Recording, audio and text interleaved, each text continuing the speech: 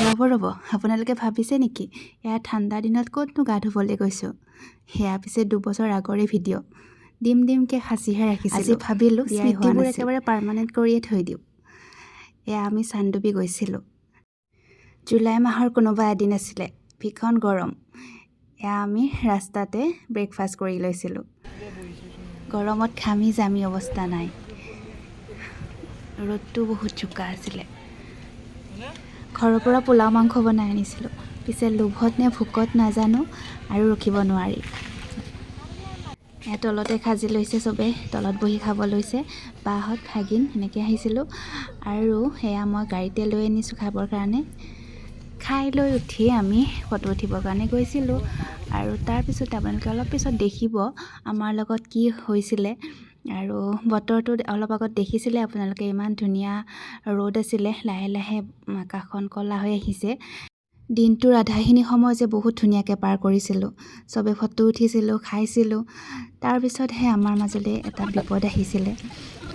Actually সেইদিনা ভয়ংকৰ বিপদ এটাৰ পৰা আমি ৰক্ষা পৰিছিলোঁ।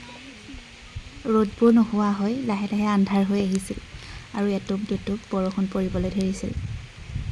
প্ৰকৃতিয়ে লাহে লাহে নিজৰ ৰূপ সলনি কৰিব ধৰিলে আৰু আমি কেতিয়াও দেখা নোপোৱা এটা প্ৰকৃতিৰ ভয়ংকৰ ৰূপৰ সন্মুখীন হ'লোঁ।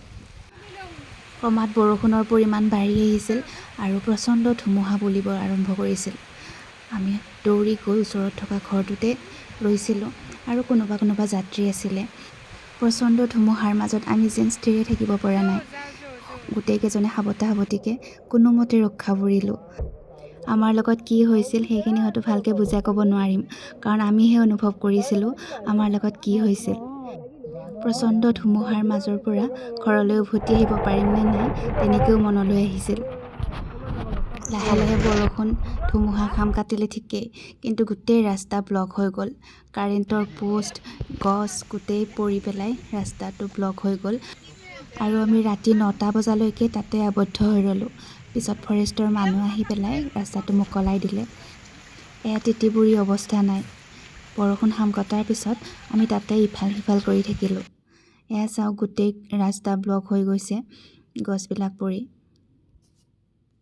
সঁচাকৈ এনেকুৱা দুৰ্যোগ হয়তো মোৰ জীৱনত ফাৰ্ষ্ট টাইম। এয়া এনেকুৱা কেতিয়াও পোৱা নাছিলোঁ। আৰু এনেকুৱা কাৰো নহওক, ইমান ধুনীয়াকৈ যাত্ৰা কৰাৰ পিছত ঠাইলৈ এনেকুৱা কাৰো নহওক, কাৰো লগতেই নহওক। প্ৰকৃতিও যে কি আচৰিত। এয়া চাওক, ধুমুহা সাম কটাৰ পিছৰ দৃশ্য। কোনো চিন চাবেই নাই যে অলপ আগত ইমান প্ৰচণ্ড ধুমুহা হৈ গৈছে।